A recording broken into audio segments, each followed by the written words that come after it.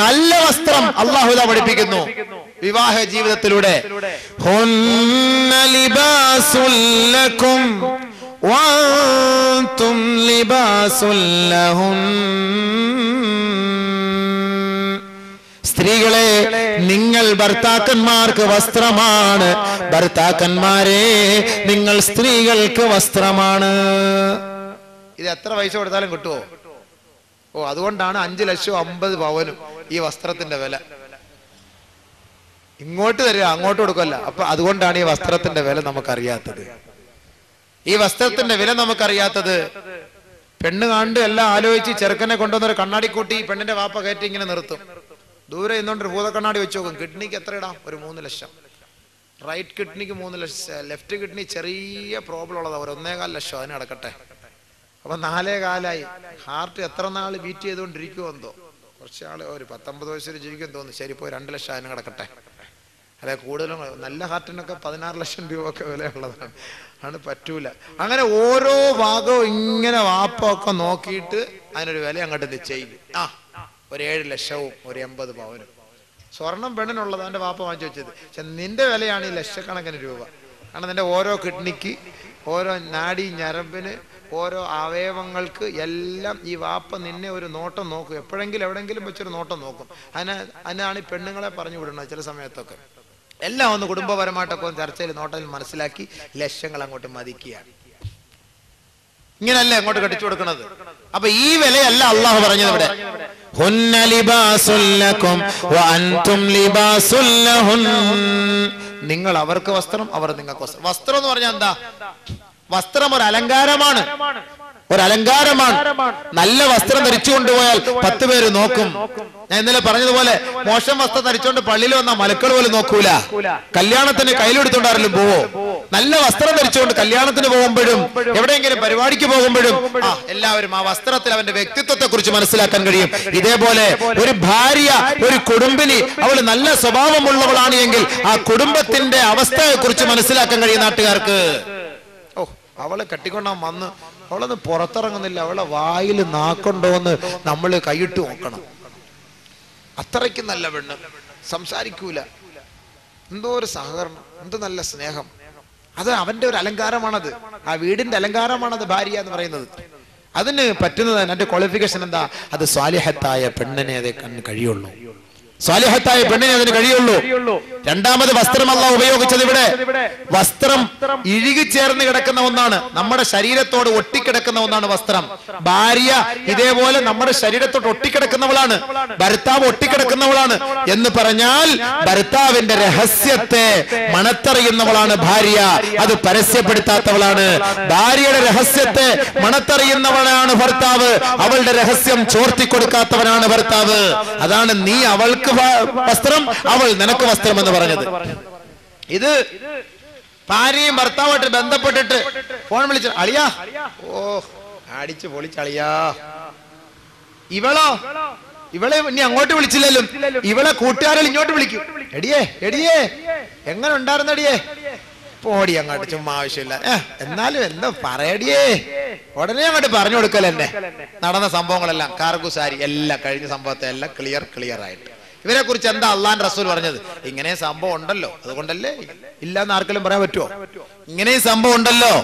ഒരു ഭാര്യയും ഭർത്താവും തമ്മിൽ ബന്ധപ്പെട്ടതിന് ശേഷം ആ രഹസ്യങ്ങൾ പരസ്യപ്പെടുത്തുന്നവനെ കുറിച്ച് അള്ളാന്റെ റസൂല് പറഞ്ഞ വാക്ക് കേട്ടോളീൻ. ഇന്ന ശർറന്നാസി ഇൻദല്ലാഹി മൻസിലതൻ യൗമൽ ഖിയാമ.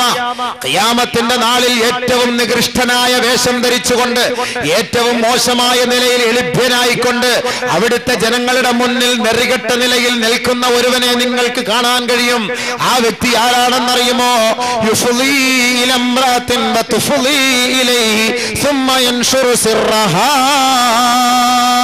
ഭാര്യയും ഭർത്താവുമായി ബന്ധം സ്ഥാപിച്ചതിനു ശേഷം അവരുടെ മണിയറ രഹസ്യങ്ങൾ, ആ മണിയറ രഹസ്യങ്ങൾ അങ്ങാടിയിൽ വന്നോ കൂട്ടുകാരോടോ പരസ്യപ്പെടുത്തി പറയുന്ന ഭർത്താവേ, പരസ്യപ്പെടുത്തി പറയുന്ന ഭാര്യമാരെ, നാളെ നാണം കെട്ട ശിക്ഷയായിരിക്കും, നെറികെട്ട നിലയിലായിരിക്കും. നാളെ ജനങ്ങളുടെ മുന്നിൽ നികൃഷ്ടന്മാരിൽപ്പെട്ട ഏറ്റവും വലിയ നികൃഷ്ടനായിരിക്കും നീ എന്ന് സയ്യിദുനാ റസൂലുള്ളാഹി. സല്ലല്ലാഹു അലൈഹി വസല്ലം. മതിയോ? ഇവിടെ വെച്ച് നിന്റെ രഹസ്യത്തെ നീ ജനങ്ങളുടെ മുന്നിൽ പറഞ്ഞു കൊടുത്താൽ ജനങ്ങളെല്ലാം ഒരുമിച്ച് കൂടുന്ന മഹ്ശറ വൻസഭയിൽ നിന്റെ രഹസ്യം അള്ളാഹു പരസ്യപ്പെടുത്തും. അള്ളാഹു കാത്തുരക്ഷിക്കട്ടെ. നമ്മുടെ എങ്ങാണ് രഹസ്യം നാളെ പരസ്യപ്പെടുത്താ, മുസ്ലിയാരും പോയി, ഷാളിട്ട മുസ്ലിയാരും പോയി, ജുബയിട്ട മുസ്ലിയാരും പോയി, തലേ കെട്ടിട്ടിയ മുസ്ലിയാരും പോയി, എല്ലാം ഇടങ്ങാറായിട്ട് നമ്മുടെയൊക്കെ സ്കാനിങ് അള്ളാഹു ഒന്ന് എടുത്തൊന്ന് പരസ്യപ്പെടുത്താൻ നിന്നാല് നമ്മളൊക്കെ തൗബ ചെയ്യുമ്പോ അള്ളാഹ് പുറത്തു തരും. പുറത്ത് തന്നിട്ട് സ്വർഗത്തിൽ പോകുന്നതിന് മുമ്പ് അബൂബക്കർ ഇങ്ങോട്ട് വാ, അള്ളാഹ് വിളിക്കും. അപ്പൊ നമുക്ക് കുടുങ്ങി പോയാ പടച്ചവനെ, ഇനി പഴയ കാലത്തെ സംഭവമൊക്കെ എടുക്കാൻ വേണ്ടി ഒരു പ്ലാൻ ആയിരിക്കും. ഇപ്പൊ അതൊക്കെ വിളിക്കും. അപ്പൊ അള്ളാഹുവിന് ഒരു റിദാവ് കൊണ്ടെന്നാണ് നബി സല്ലല്ലാഹു അലൈഹി വസല്ലം പറഞ്ഞു. ഇങ്ങനെ ഒരു റിദാവ്, ഒരു തുണി ഇങ്ങോട്ട് വന്നാണ്. ആ തുണിക്ക് അകത്തോട്ട് ഇവനെ അങ്ങ് ചുരുക്കാൻ കേട്ടോ അബൂബക്കറിന്. എന്നിട്ട് ആ CD പ്ലെയർ ഒന്ന് ഓണാക്കി ഇട്ട് കൊടുക്കും. ഇഷാ കഴിഞ്ഞിട്ട് മൂപ്പിൽ ആ തൊപ്പിയൊക്കെ മാറ്റി വെച്ച് സിനിമക്ക് പോയത്, നാടകത്തിന് പോയത്, ഉത്സവത്തിന് പോയത് എല്ലാം പെതുക്കെ ഇങ്ങനെ കാണാം. ആകെ നാണം കെട്ടു പോകും നമ്മളെ തന്നെ. അള്ളാഹ് ഒറ്റയ്ക്ക് രഹസ്യമായിട്ട് നമ്മളെ മാത്രം കാണിക്കുക. നമ്മൾ ചെയ്ത ഓരോ തിന്മകള് നമ്മൾ തൗബ ചെയ്ത് അള്ളാഹുവിന്റെ അടുക്കലെ സാമീപ്യം സിദ്ധിച്ചവരായി മാറി. പിന്നീട് നമ്മുടെ ജഹാലത്തിൽ ചെയ്ത തെറ്റുകളാണ്. അപ്പൊ ഇതൊക്കെ ഇങ്ങനെ ഓരോന്നോരോന്ന് കാണിക്കുമ്പോ സ്വർഗത്തിന്റെ പാസ് വാങ്ങി നമ്മൾ തന്നെ കുഴഞ്ഞു പോയി. ആകപ്പാട് എങ്ങനെങ്കിലുമൊക്കെ അഡ്ജസ്റ്റ് ചെയ്ത് കയറാതെ നോക്കിയപ്പോ ദാ പഴയതും കുത്തിപ്പൊക്കിക്കൊണ്ട് വന്ന് പോയി. ഇനി ആ ഒരു തൗബീക്ക് നമുക്കില്ല. ഇങ്ങനെ ആകെ നാണം കെട്ട് അള്ളാന്റെ മുന്നിൽ, ആ സീഡിയുടെ മുന്നിൽ പാതച്ചിരിക്കുമ്പോ പോട്ടെ കേട്ടോ, ഇങ്ങനെയൊക്കെ നീ ചെയ്ത് നീ വലിയ ആളൊന്നും ഉണ്ടാ, നീ വിചാരിച്ച് ലൈറ്റൊക്കെ അണച്ചിട്ട് ഇങ്ങനെയൊക്കെ ചെയ്താൽ ഞാൻ കാണൂല എന്നല്ലേ? ഇതൊക്കെ ഞാൻ കണ്ടെന്നുള്ളത് നിന്നെ ഒന്ന് ഓർമ്മിപ്പിക്കാൻ വേണ്ടി ചെയ്താ. വിഷമിക്കണ്ട, ഉഷാറായിട്ട് നില്ല്, പോ. എന്നിട്ട് ആ CD അള്ളാഹ് ഓടിക്കാൻ കളയും. അള്ളാഹ് പരസ്യപ്പെടുത്താൻ നിൽക്കൂല. പക്ഷെ നമ്മളെ ഒന്ന് ബോധ്യപ്പെടുത്തും. പക്ഷെ ഇത് കൊണ്ടുവന്ന് LCD ഇട്ടിട്ട് എല്ലാരും ഇതാ കണ്ടോ, ബക്കർ ചെയ്തത് കണ്ടോ എന്ന് പറഞ്ഞ് കാണിച്ചാലോ, അല്ലാഹ് മതപ്രസംഗം പറഞ്ഞതും പോയി, പള്ളി ഇമാമത്ത് നിന്നതും പോയി, ഖുതുബ പ്രഭാഷണം നടത്തിയതും പോയി. ഇതേപോലെയായിരിക്കും. നഊദു ബില്ലാഹ്. അതുകൊണ്ട് നമ്മൾ ദുആ ചെയ്യണം. പടച്ചവനെ, നമ്മുടെ ന്യൂനതകളെ ഒന്ന് നീ വെളിപ്പെടുത്തല്ലേ അല്ലാഹ്, ഞങ്ങളുടെ ആരുടെയും ന്യൂനതകളെ നീ വെളിപ്പെടുത്തല്ലേ അല്ലാഹ് എന്ന് നമ്മൾ ആത്മാർത്ഥമായി ഓരോ സമയത്തും ദുആ ചെയ്യണം. അള്ളാഹു നമ്മുടെ ന്യൂനതകളെ എല്ലാം വെളിപ്പെടുത്താതെ കാത്തുരക്ഷിക്കുമാറാകട്ടെ. അതെങ്ങാനും വെളിപ്പെടുത്തി പോയാൽ തീർന്നു. അതുകൊണ്ട് നമ്മുടെ രഹസ്യങ്ങൾ നമ്മൾ പരസ്യമാക്കരുത്, പറയാനേ പാടില്ല. ഭാര്യ ഭർത്തൃ ബന്ധങ്ങൾ. ബഹുമാനമുള്ള സഹോദരങ്ങളെ, അപ്പൊ ഏറ്റവും നികൃഷ്ടമായ സ്വഭാവത്തിന്റെ ഉടമയാണ് ഈ രഹസ്യമായ ബന്ധം സ്ഥാപിച്ചിട്ട് സുമ്മ യൻഷുറു സിർറഹാ, പിന്നീട് പോയിട്ട് പറയുക എന്നുള്ളത് പാടില്ല. ബഹുമാനമുള്ള സഹോദരൻ, എന്താ തീർന്നു? ബഹുമാനമുള്ള സഹോദരങ്ങളെ, അതുകൊണ്ട് സ്വാലിഹത്തായ പെണ്ണിന് നമ്മുടെ രഹസ്യങ്ങൾ സൂക്ഷിക്കാൻ കഴിയും. ആരാണവൾ? അതുകൂടെ പറയേണ്ട, നിർത്തിയേക്കാം, സമയമായി, 11:15 പോയി. അലാ ഉഖ്ബിറുക ബിഖൈരി മാ യക്നിസുൽ മർഉ അൽ മർഅതു സ്വാലിഹാ. അറിഞ്ഞോ സഹാബത്തെ, നിങ്ങൾക്ക് സൂക്ഷിച്ചു വെക്കാവുന്നതിൽ ഏറ്റവും നല്ല സമ്പത്ത്, അമൂല്യമായ സമ്പത്ത് ഏതെന്ന് പറഞ്ഞു തരട്ടെയോ? ഖാലൂ ബലാ യാ റസൂലല്ലാഹ്, പറഞ്ഞു തന്നാലും നബിയേ. ഖാല നബി സല്ലല്ലാഹു അലൈഹി വസല്ലം അൽ മർഅതു സ്വാലിഹാ, അത് സ്വാലിഹത്തായ പെണ്ണാണത്. സാലിഹ എന്ന് പേരിട്ടിട്ടൊന്നും വലിയ കാര്യമില്ല. ചില പെണ്ണുങ്ങൾക്ക് വലിയ സാലിഹ എന്നുള്ള പേര് കാണും, പക്ഷെ ഫസാദിന്റെ അവലും കഞ്ഞിയായിരിക്കും അവള്. അപ്പൊ അവളുടെ ക്വാളിഫിക്കേഷൻ എന്താ?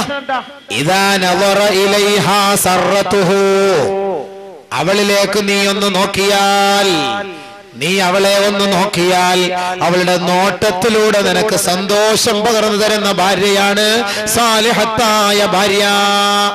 അതല്ലാത്തതൊക്കെ വെറുതെ ഒരു ഭാര്യ. ഓർമ്മയുണ്ടോ? വെറുതെ ഒരു ഭാര്യ. എല്ലാരും ചുണ്ടൊക്കെ അനങ്ങുന്നുണ്ട്. വെറുതെ ഒരു ഭാര്യ. സാലിഹത്തായ ഭാര്യ എന്ന് പറഞ്ഞാൽ ഇദാ നളറ ഇലൈഹാ സർറതുഹു, അവളിലേക്ക് നോക്കിയാൽ അവളുടെ നോട്ടത്തിലൂടെ നിനക്ക് സന്തോഷം പകർന്നു തരാൻ പറ്റും. അപ്പോ കടക്കണ്ണ് കണ്ടിങ്ങനെ ഒരു നോട്ടമൊക്കെ നോക്കി നമ്മളെയൊക്കെ നമ്മുടെ മുന്നിൽ ഒരു കണ്ണൊക്കെ ഒന്ന് അടച്ച് കാണിച്ചാൽ ഒരു രസമുണ്ട്. നാട്ടുകാരുടെ മുന്നിൽ പോയി കണ്ണടച്ച് കാണിച്ചാലോ അത് മോശമാണ്. കടക്കണ്ണ് കൊണ്ടൊരു നോട്ടവും ചെരിച്ചുണ്ട്,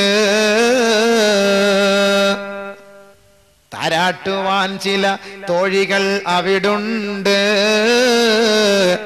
കടക്കണ്ണ് കൊണ്ടൊരു നോട്ടവും ചെരിച്ചുണ്ട്. സ്വർഗ ഹൂറലിങ്ങളെ കുറിച്ച് പറയുകയാണ്. ആ കണ്ണിന്റെ ഇമകൾ കൊണ്ടൊക്കെ നമ്മളെ ഭർത്താവിനെ സന്തോഷിപ്പിക്കണം. അതൊക്കെ ദുനിയാവിൽ സന്തോഷിപ്പിച്ചാൽ ആഖിറത്തിൽ നിനക്ക് അങ്ങനെ സന്തോഷിപ്പിക്കാൻ കഴിയും. ഇത് ഭർത്താവിനെ ഒന്നും സന്തോഷിപ്പിക്കൂല, കാമുകനെ സന്തോഷിപ്പിക്കും. കാമുകൻ എങ്ങാണ് ഒന്നൊരു വാക്ക് സംസാരിക്കാൻ പറ്റാതെ പോയി ബൈ ഫ്ലൈൻ കിസ് അങ്ങോട്ട് വിട്ടു കൊടുക്ക. അടുത്തേക്കല്ല, വാപ്പ കാണും, ഉമ്മ കാണും. അതുകൊണ്ട് ഇവിടുന്ന് അങ്ങനെ മോളിൽ നിന്ന് സ്റ്റെയർകാസിന്റെ മോളിൽ കയറി ടെറസിന്റെ മോളിൽ നിന്നുകൊണ്ട് ഇങ്ങനെ അങ്ങോട്ട് സ്പീഡ് പോസ്റ്റിൽ അയച്ചു കൊടുക്കുക. ട്രെയിനിൽ കയറി ഇരുന്നോണ്ട് ബായ് കാണിച്ചിട്ട് ഒരെണ്ണം കയ്യിൽ കൊടുക്കുക. ഇതൊക്കെ ദുനിയാവിൽ വെച്ച് ഹറാമായ രീതിയിൽ. നീ ഭർത്താവിനോടൊന്ന് പറയാന്നാ, ഭർത്താവ് കാറ് എടുത്തോണ്ട് ഓടി വരുമ്പോൾ കാണിക്കാൻ പറ്റില്ലെങ്കിൽ ചുമ്മാ ഒന്ന് കാണിച്ചു. അത് സന്തോഷമല്ലേ? ഭർത്താവിനെ നേരെ കാണിക്കൂല ഇത്. ഭർത്താവ് നിന്നെ കാണുമ്പോൾ നീ അവളെ സന്തോഷത്തോടെ കാണുന്ന ഒരവസ്ഥ ഉണ്ടാകണം. ഭർത്താവിനെ സന്തോഷിപ്പിക്കുന്ന ഭാര്യയാണ് സ്വാലിഹത്തായ ഭാര്യ.